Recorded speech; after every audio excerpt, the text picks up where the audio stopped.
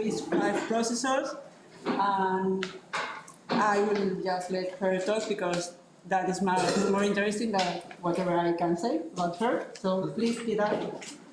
Yes, thank you very much for the introduction. Also, I would like to thank you to you to invite me here today. I'm going to talk to you about trusted embedded system based on RISC-V processors. This is the outline of my presentation. Firstly, I want to explain you the motivation of this work. Later, I want to describe you the necessity to have chain of trust. We build this chain of trust using root of trust for embedded system, and we need some elemental block to build this root of trust. And finally, I'm going to provide you two available solutions, one from the industry and another one from the academia. And finally, I'm going to provide you some conclusions about this work. So the motivation for this work it is clear because after the revolution of open software with Linux, the open source community is trying to do the same with the hardware. During the last year, these 5 processors have emerged as the leader of the open hardware solutions. This is a very attractive solution. Okay, I can give you some keys for this successful of this processor. The first one is the instruction check architecture is open free, so it's royalty free. But with enough structures and automation to build a set of family of processors, RISC-V processor has a very good performance in timing, and also it's possible to reduce cost and power use. And it's very interesting that you have the possibility to have optional stations, so it's possible to have custom designs for RISC-V. So for me, this is a very important issues related to RISC-V. And I want to provide you some facts that show that this solution is very trusted. The first one is the number of startup companies that are all over the world. In the last list, I saw something like 100 startup companies. There are small companies, the majority of them, with fewer than 500 employees, but we have so many startup companies around this RISC-V world.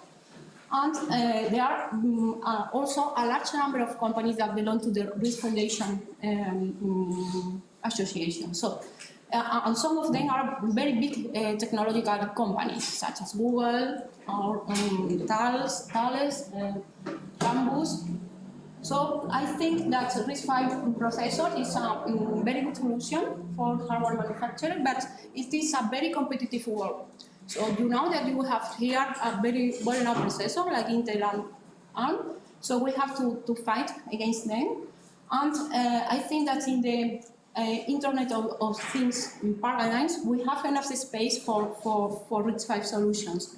But in this area, especially in the IoT, we need to integrate security and privacy. So it's something that is fundamental. Let me give to you an example. Imagine that you have a wearable that is with you all the time and it's monitoring your vital signs, and this information is collected, is stored on your electronic device, and is continually sending this information to some medical data services. So this device, this electronic device, has to work properly and has to protect your personal information, and this is vital for you. So this is one example, but I can provide you so many examples, so many scenarios to show you the importance to introduce security issues in RISC-V processors. Traditionally, cybersecurity technology are working with this model. This is a very well-known model in security. Is the CRTRIDE. The CRTRIDE has 3 main concepts. The first one is confidentiality. This is the letter C in the model. In this way, you have to protect the access to information. So you have to guarantee the access to information to the right people, and you have to deny the access to information to the wrong people.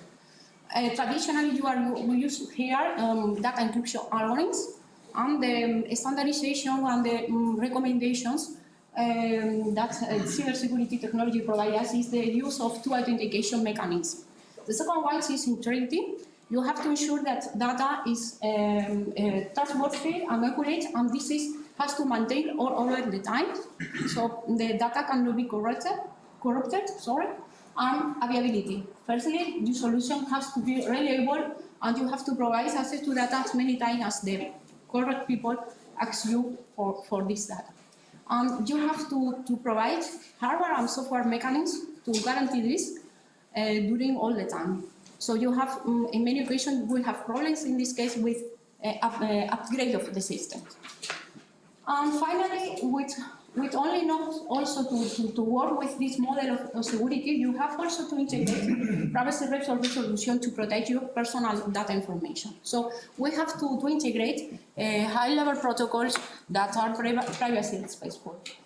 So in the world of RISC-V, we have a main advantage that the open source, or you have for many cores, you have the open RTL discretion, but maybe from the security point of view, maybe this is also a main drawback. The reason is if you provide some information to the attackers, for instance, if you have false information about the ISA, you have the problem that maybe they can is for them to perform some kind of attacks. So because you are leaking information. Okay, I want to highlight you this project. This project is an ongoing project from the British government, and they are studying different open cores that are provided in the open community, and they are studying side channel attacks on these cores. This is the first phase of the project. The second phase is to provide a new station of the institutional cell architecture that makes the RISC-V stronger against this kind of channel attack. This is one way to provide security to RISC-V processors, but my speak is not about this solution. Our idea is to build a trusted embedded system working with hardware dedicated modules. For this project, we need a multidisciplinary team because we are people from the hardware security. We are at the low-level transistor design, and we need people, of course, for the computer architecture, and we also need people for information security. So, firstly, I want to introduce you the necessity to have a chain of trust. Due to the hybrid nature hardware-software work in an embedded system, you need to extend trust. You have to first, with the first link is the system hardware. So this is the starting point to trust. And the second level, that is software. With software means bootloader operating system must have to trust in the underlying hardware that is working properly. After that, we have application. Application must trust that the operating system gets no bit corrupt, that is not a problem, no malware, etc. And finally, more below, the device inside, a remote server, has to connect to your device, and you have to provide that your digital identity is trust. So, as you can see here, we have here a chain of trust, and the way to connect one domain with the other domain is authentication. So we have to perform authentication mechanisms in each one of the level, at each one of the level to propagate trust. And the idea is represented in these schematics. During the verification process, you have a host authority, and this host authority sends a challenge to your electronic device. And the majority of time, this challenge is selected randomly. And you have to provide a response. This response is obtained after applying a cryptographic algorithm that uses a crypto key that is generated by our root of truth that is inside the electronic device. And if this response satisfies the host authority, then you are a trusted device, and you can send information to the host authority. So this is the mechanism to provide authentication. And this mechanism is known as a knowledge proof approach based on a chain response mechanism. So this is the name.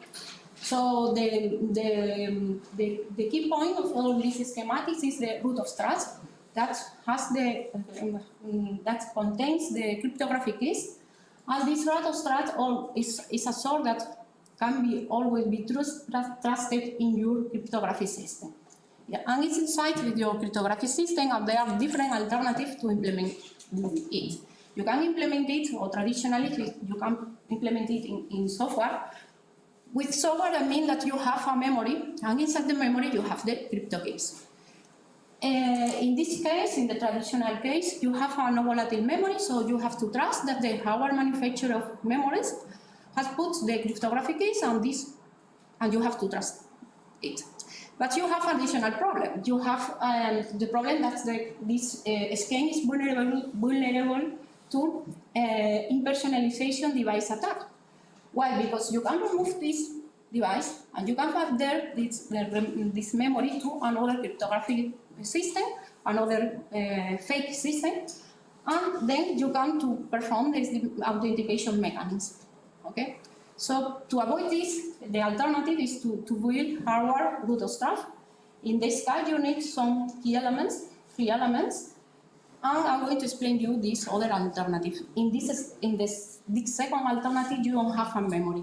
So the best way to protect your cryptographic keys is not to have memory. If you don't have memory, you don't have a place for the attackers to look for your keys. So this is the idea. So there are 3. Okay, my group are working in this 3 main blocks. Sorry. So the first block is a physical unclonable function.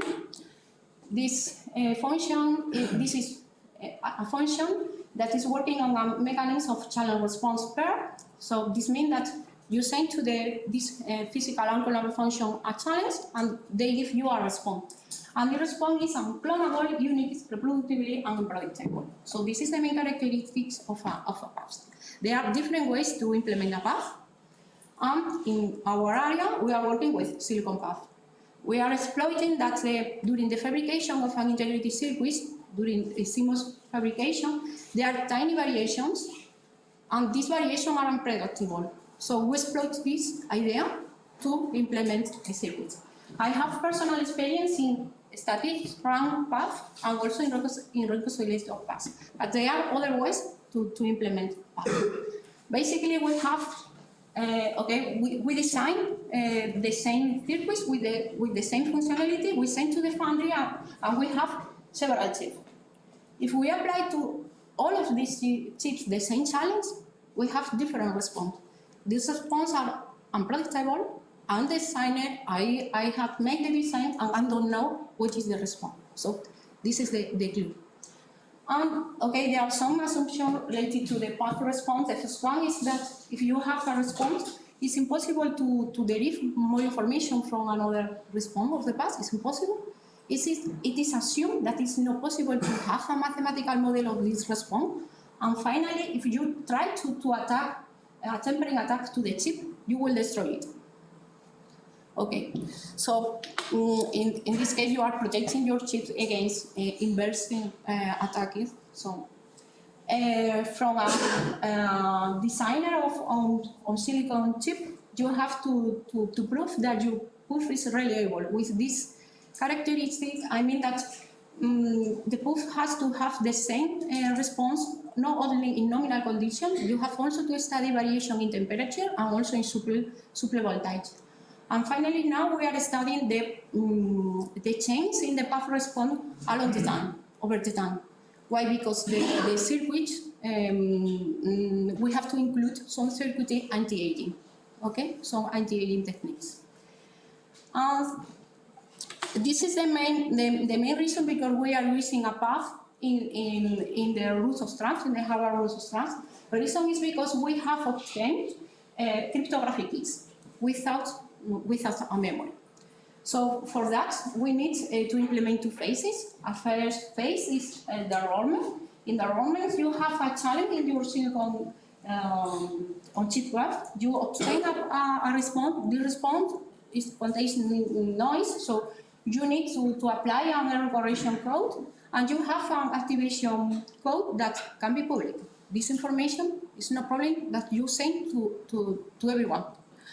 And in a second phase, you can recover a key as many times as you want using the same challenge to the path. You have the same proof response. After that, you have to include information from the activation code, and after applying as function, you have your cryptographic key. And you can apply this as many times as you want, so you have always the same key, but nobody wants the key. The path no one was near, the designer, no one knows the key. So this is the main reason, because we are using a path in Rufus Strat.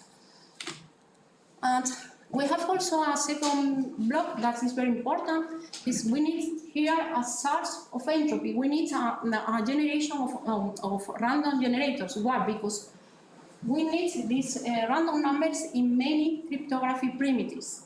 So, for instance, initialization vectors, challenges, knowns. So these random numbers are a requirement for our crypto functions. And we can exploit also the path as second characteristic of the path. And this is this response is unpredictable. So we can exploit this to obtain a generation of random numbers. I have experience in the generation of random numbers from static RAM memories. When you design a static RAM memory, all the cells are identical. You send this memory to the CMOS foundry, and you have your memory after they produce it.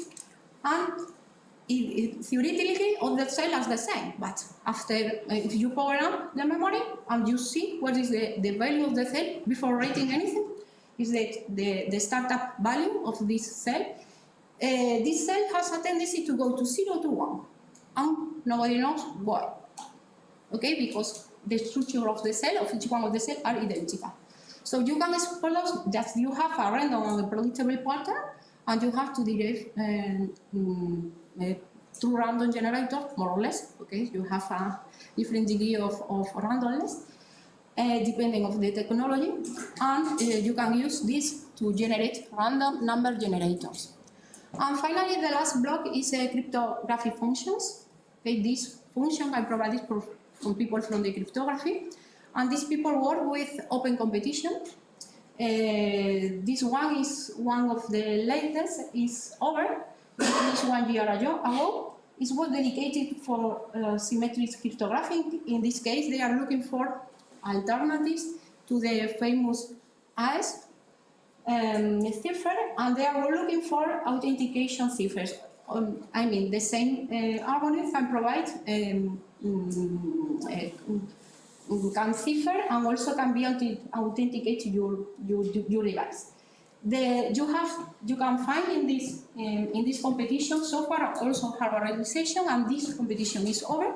So they have a portfolio of solutions, and they distinguish in this portfolio solution different categories. So they have first a third category for lightweight application, a second one for high performance application. With high performance, I mean in timing, basically.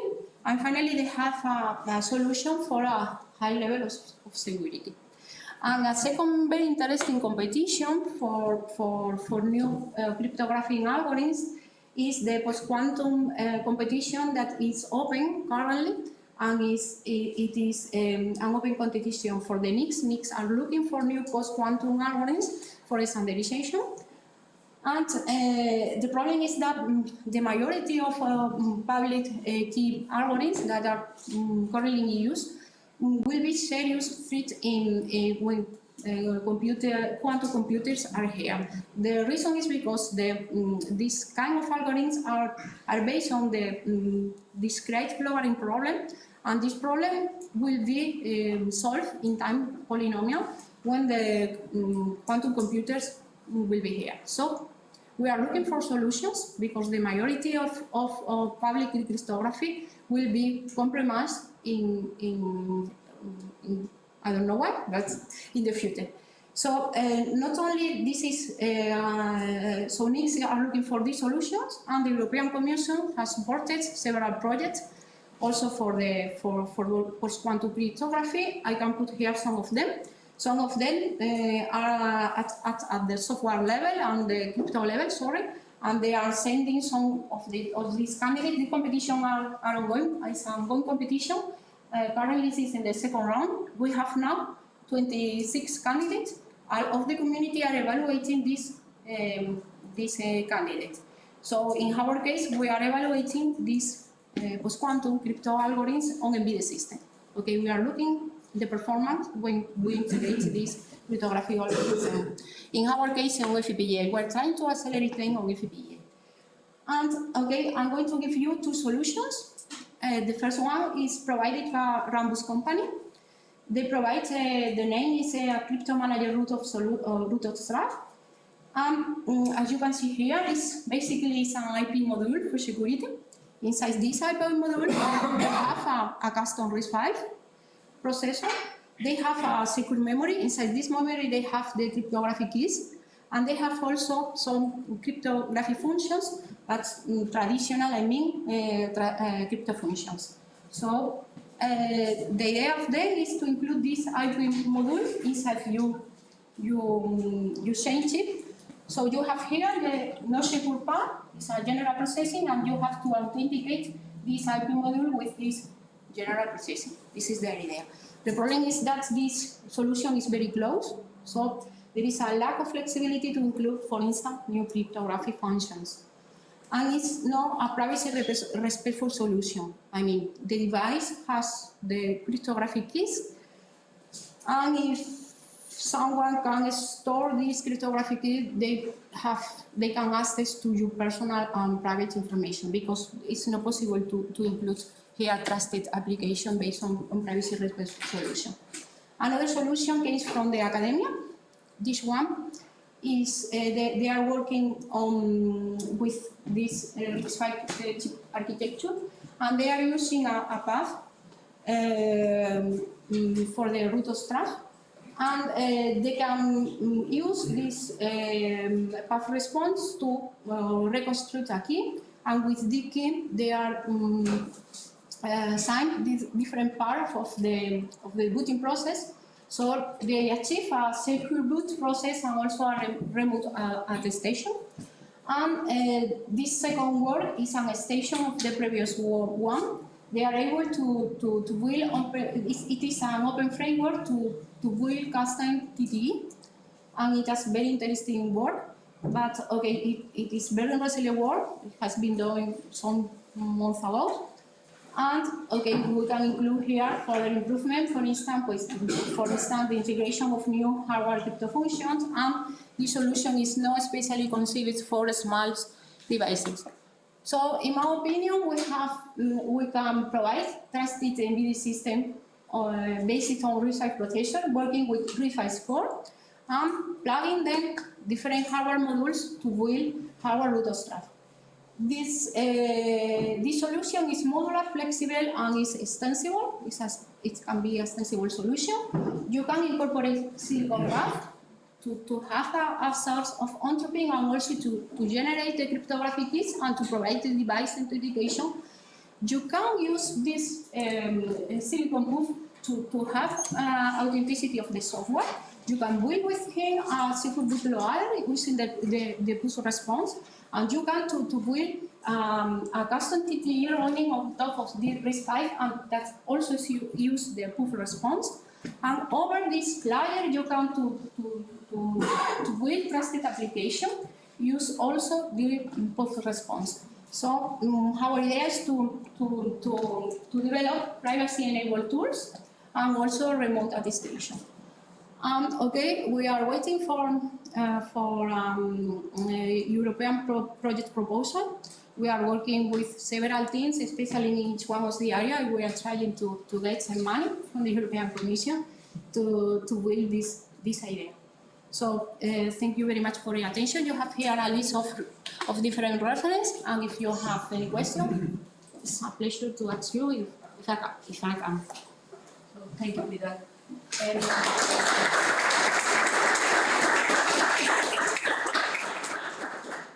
Any questions?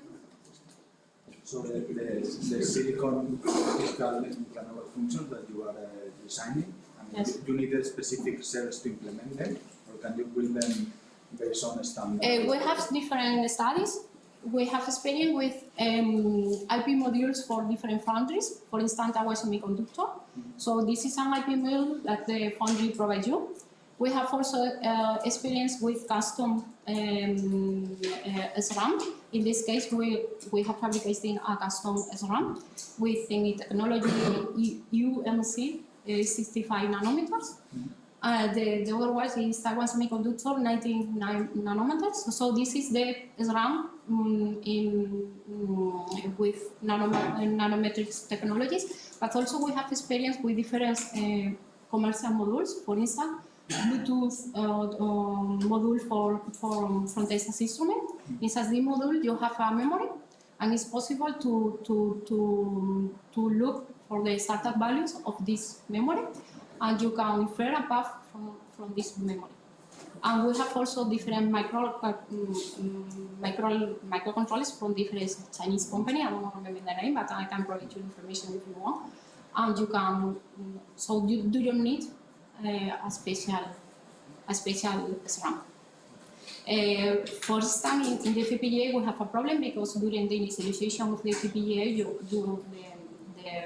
the block runs are completely starting to zero. So with the FPGA, we are not able. So in this challenge response protocol we described, Yes. so you use certificates or it's more a zero knowledge protocol? No, it's more a zero knowledge protocol. It was very interesting, and I think that it opens new. One question. Talking again about the RAM values, you have told about the aging effects that I understood that they biased. Yes. And how do you counteract that effect? Okay, in this case this is the reason because we have a static RAM that is a custom static RAM. In this case we have added special circuitry to accelerate the aging effects, and we are studying what happens when you make an acceleration effects on this memory. In this case, for example, for the generation of two random generator is something that is positive for you. You have more variability, you have more randomness with the time. But for the generation of cryptographic key, you need a response that is more stable, is more robust. So in this case, the aging could be a negative effect. But for instance, for the generation of two random generators, you don't have any problem. It is something that is positive for you. So, any other question? No. Yeah, last question. Do you need some extension in the RISC-V ISA to support No, it this? is okay.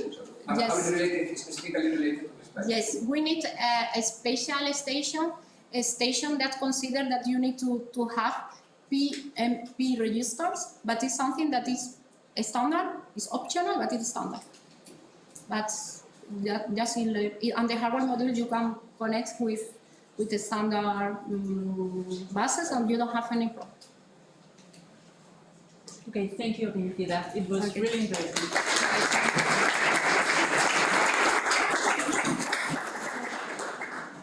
Our second talk comes from. Okay.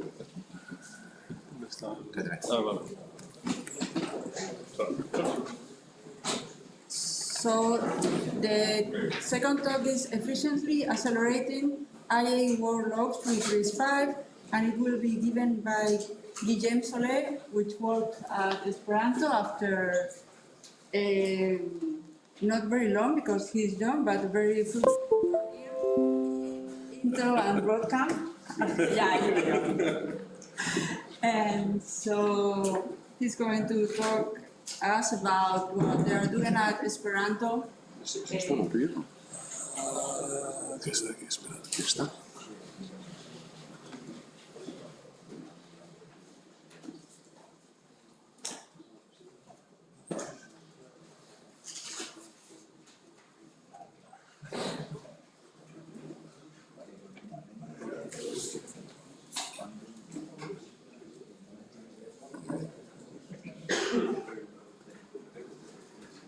So, thank you, Guillem. Okay, thanks.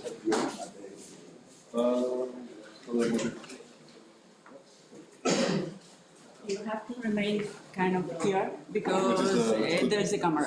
Okay, sorry. Which is a good button to... No, it doesn't work. Sorry. ¿Eso le han dicho a Pilar? Okay, so thanks for the introduction. So, first of all, a little bit of advertisement. Likely no one knows who the hell is. So, Esperato is a startup that is based in Mountain View in California. And we have an office in Barcelona with around 30 people working on RTL, DB, software, and physical design. And what we're trying to build, so this is a sentence that the CEO wrote for me. I always like to pretend that we do the best thing in the world. So trying to build a really big chip and really advanced chip to accelerate machine learning and AI workloads. So we are using 7 nanometer TSMC silicon technology. And our goal is to try to get as maximum teraflops or teraops per watt as possible when running AI workloads like ResNet or any of the famous networks that are around there right now. And the reason why we're here is because we're doing all of this using RISC-V as our ISA.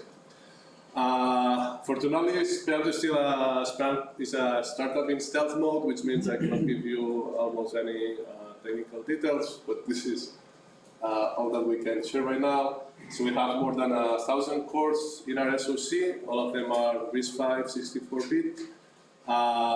Each of them has their own vector unit to accelerate the workloads we are interested in. And we have a really big network on chip to allow sending data from one place to the other and never starve our compute units because they are waiting for data. We also have multiple levels of cache because we are based on a tile architecture, and obviously you want to be able to build different products with different sizes without having to start from scratch every time. So that's why we have different levels of cache, because they are like the pieces that connect the different tiles. We have a DDR channel that provides us high capacity and high bandwidth to store big models, like different address that is rather small, but other models. And what we really focus on is trying to make our chip as efficient as possible, so we focus a lot on energy efficient techniques to get everything burn as minimum power as possible. So first of all, try to explain a little bit how the software stack looks like in AI. So it's really a high overview. But basically, we have the users here on top, and usually their interface is a framework like the famous ones. So PyTorch and Caffe2, they are from Facebook. TensorFlow is from Google. And basically, this is the only language that they even speak. Right now, it's starting to be like meta frameworks on top of these ones, so it's even simpler for the users to create their models, right? And then the tendency right now is now these models, they go, the next layer they talk to is a generic compiler for graphs that they have, the companies themselves have coded. And basically, it's really similar to what LLVM and GCC do. These guys start doing something like generic improvements in the graph they receive from the user that makes sense to apply it to all the networks, right? So if you have a node that doesn't write a result and it's consumed by no one, it does dead code elimination, just to use the same words as LLVM. So again, these guys, they do something that say, okay, I don't care what is really underneath me. I don't know if it's going to be running a CPU, in a GPU, in an accelerator. I'm going to do everything that is generic enough to make this optimization. And then after that is when usually you go to the proprietary stack of the accelerator you're going to be run. So if you have GPU from NVIDIA here, here's where you have the CUDA compiler or cuDNN, which is their library for accelerating AI workloads. And then if it's a PCA card, so you have a runtime, a PCIe, and then you have a firmware in the top, right? And finally, we have the accelerator underneath. So basically, the point for this slide is the user on top, they really have no freaking clue of what is the ISA that you have on your final accelerator. They really don't want to know. They really don't care. It's too complex for them to write to the metal the accelerator. What they rely on is all these million layers of stack that we have. They rely on the compiler that the company has that will generate the most efficient code to accelerate as fast as possible. It's impossible for them to do something that is going to be as good as the company does because they know all the details in the SoC. So, why did Esperanto choose a RISC-V as a base? So basically, for a startup, it's really, really important, time to market and money. So we cannot waste money stupidly. We cannot spend too much time doing something that doesn't add value to the company. So as you saw from the previous slide, for us, the base ISA, it doesn't really matter. I mean, it's not like we are going to rely on RISC-V or ARM or x86 ecosystem. I mean, the user really doesn't care what we run, right? So we cannot spend our time trying to design from scratch yet another ISA because it doesn't really add value to our company. What we really want is a really good base instruction that allows us to run scalar code, and then on top of that our own instructions that we want to use to really accelerate the workloads. So again, if you try to do your own ISA, you have a lot of time taking decisions like, do I want it to be the LIW or not? RISC versus Cs, how do I encode the instructions? Should it then be variable or not? Do I want to go as crazy as Intel, which is a freaking nightmare? Or do I want to go something way easier like RISC-V, and there's a myriad of options here, right?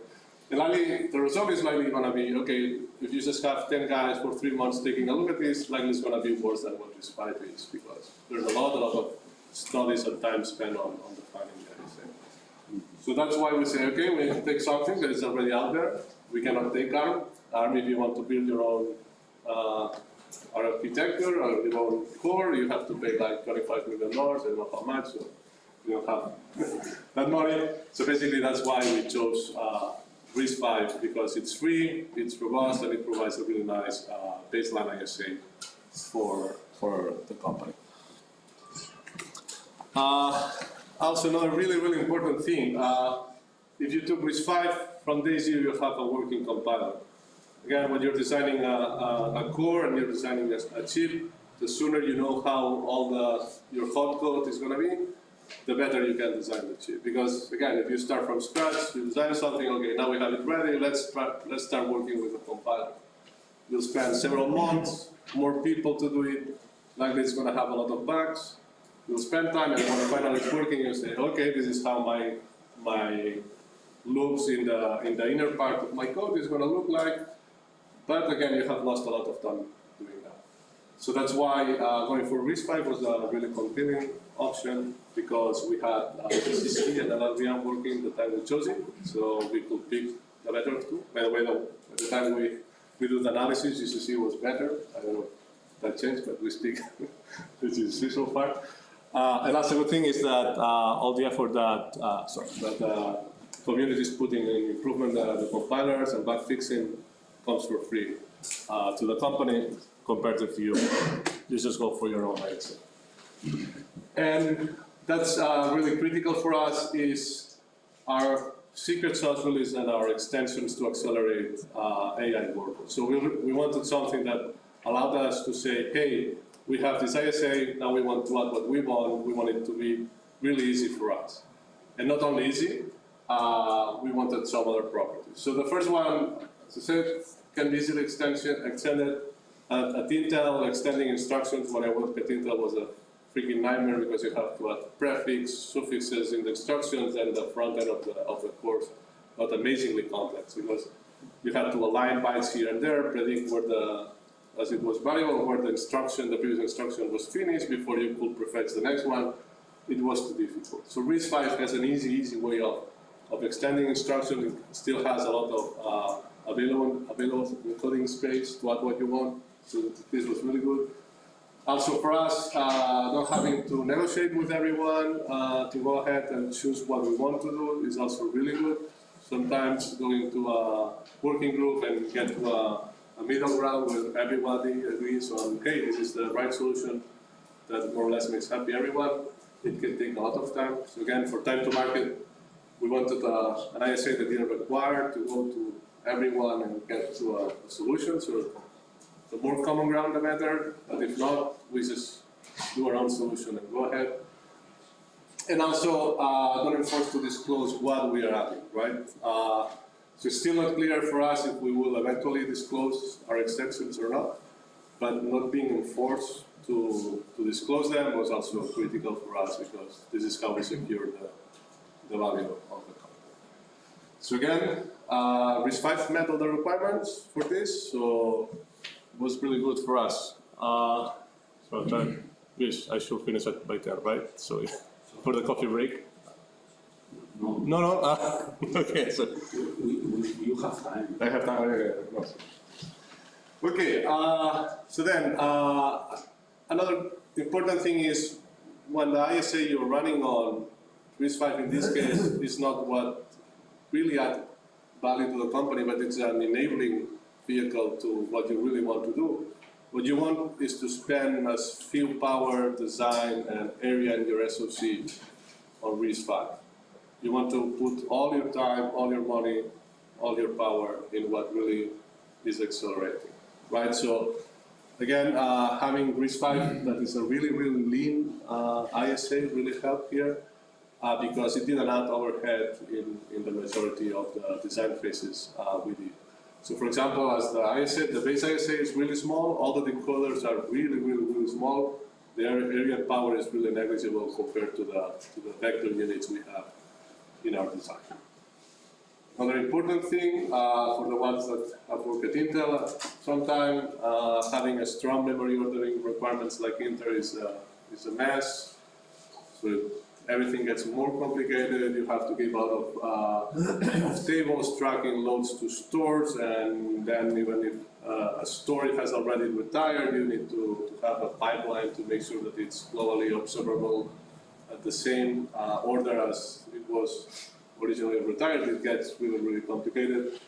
So here, being able to use the weak memory consistent model from RISC-V helped a lot. So again, this is good. Makes all the design lean. And I guess that there has been a long time since the last instruction set that allowed self-modified code. But again, I'm always talking about Intel. I spent 10 years there, so I always like to explain stories about my time there. But basically, we had an internal joke that if you wanted to kill a new feature, you always say, hey, what happens with self-modifying code? And people say, oh, it doesn't work with my feature, right? So it's extremely complicated to get a chip working with SMC. So not having it is really good. So again, in summary, thanks of all the simplicity that's in the RISC-V, it really allows a company as Esperanto to focus more on what we want to add to accelerate on AI rather than just designing the core, base core that we have to execute the scalar instructions.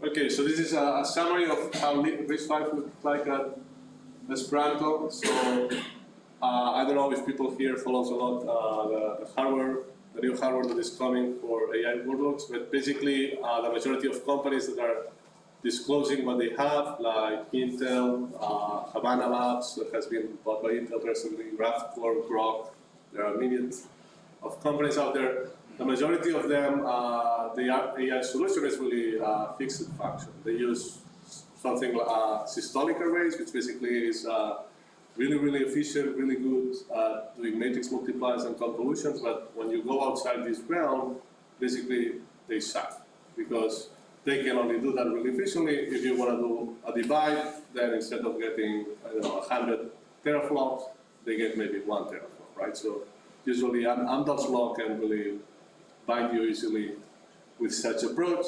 So that's why we wanted to use RISC-V, because we think that the future in AI is not only being good at matrix multiplies and convolutions, but also on other operations that are more the more flexible, the better. Same story applied for GPUs. So they started with a fixed function, and now a GPU from NVIDIA can do almost everything. So we try to learn what GPUs has told us. So go flexible before the market forces you to go there. Also, again, this is summary of the previous slide. Thanks to the really, really small overhead of RISC-V, we can spend the majority of our time and power on the vector units, not on the scalar codes. And we had a lot of time to design on really low power techniques to make our SoC as efficient as possible, because in the end, what really the market wants for AI is being power efficient. This is what they care about. And here's what I talked before. Again, what we did is we had our own extensions on top of RISC-V. These are the key thing that we use to really run extremely fast AI workloads. So without them, just doing scalar code or vector instructions is really difficult to be really efficient on AI. So you want instructions that go beyond vector to be efficient on AI. And again, thanks to that, we can turn off a lot of the time the front end and the core and spend the majority of the time doing computation, which is what AI workloads do. So that's my quick presentation. So if you want to learn more, you can contact me. We're hiring. We're looking especially for HPC guys, compiler guys, software guys in general. So my email was in the first slide. So that's it. Thank you. I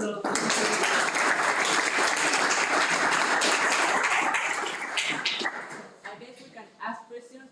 Yes, I'll You try. can answer or not. So, are there any questions? Oh. Frank? On the first one? Okay. So that was quite interesting. A few questions. So you are using the vector units floating point. So your operations are based on the 32-bit or 16-bit floating point format for AI. We use even below that. You use what? Below that for 8 So 8? bits. 16. 16?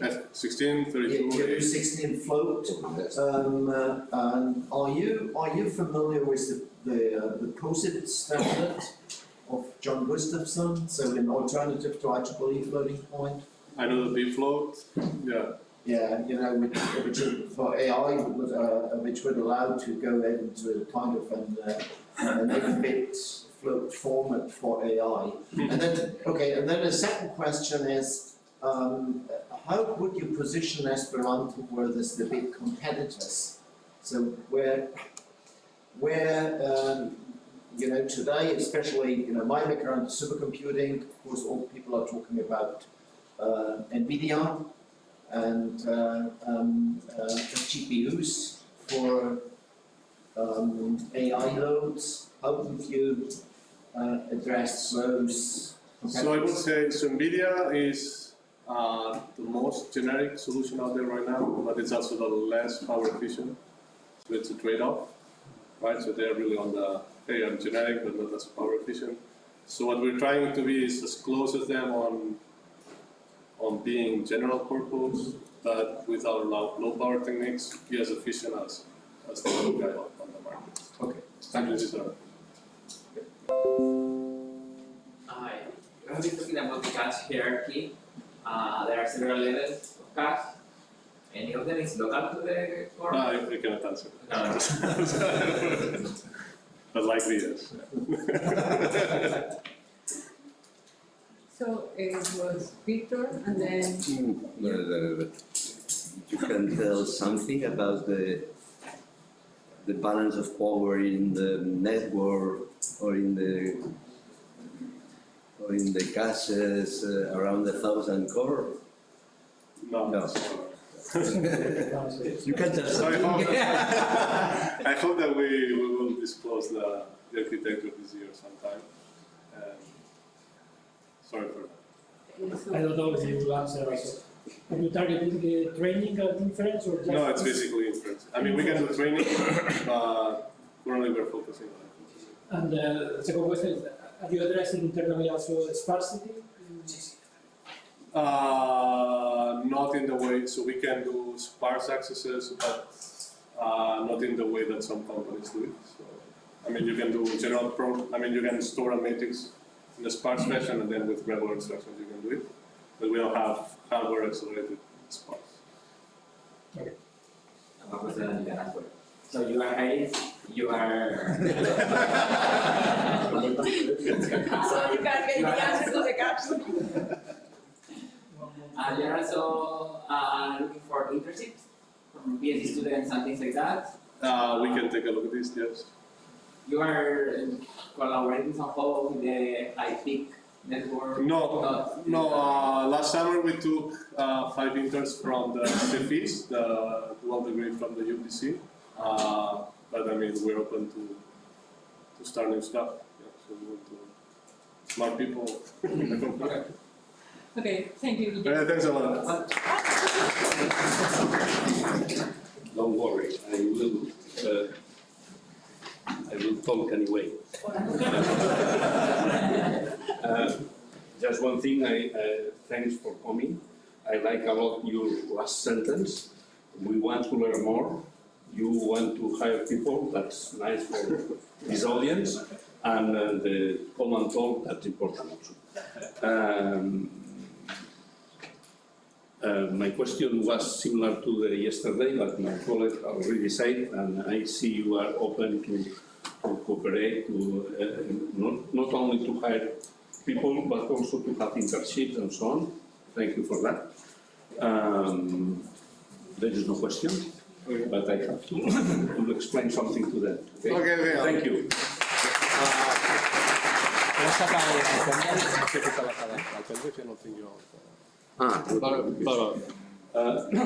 That's one thing, or two.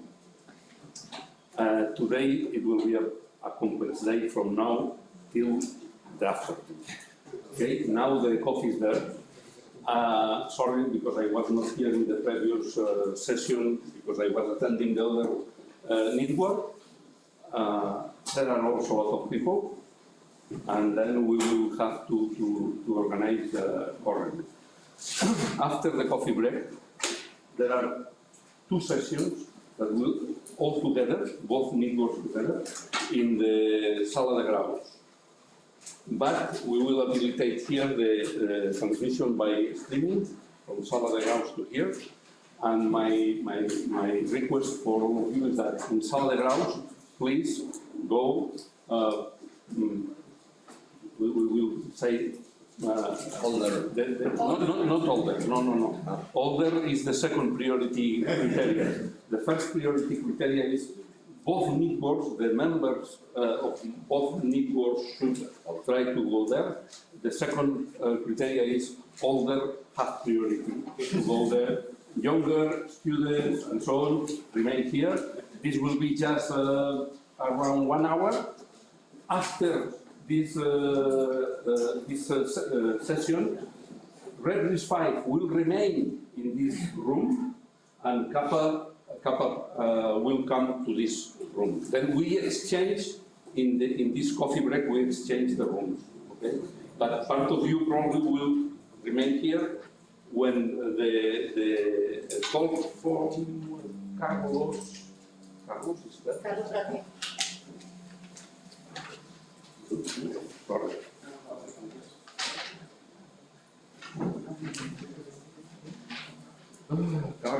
Carlos Álvarez. After this talk that will take place in the Sala de Graus, we will remain there. The people from Red 5 that wants to see the talk from Codasí should move from here to Sala de Graus, okay? Because the streaming projection here will stop at that time, okay? Then enjoy the coffee and go fast to the Sala de Graus to have the play.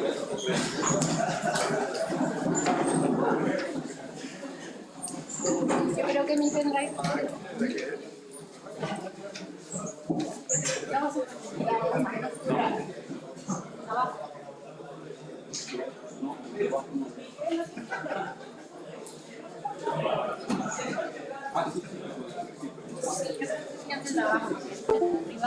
Sí, sí. Es que pensaba que era lo de... Lo del Bluetooth, ¿no? John, are you good? How are you doing? Have you recovered it? Trying More or to. less. Trying to. I parked in front of a building. Is that okay? I parked my car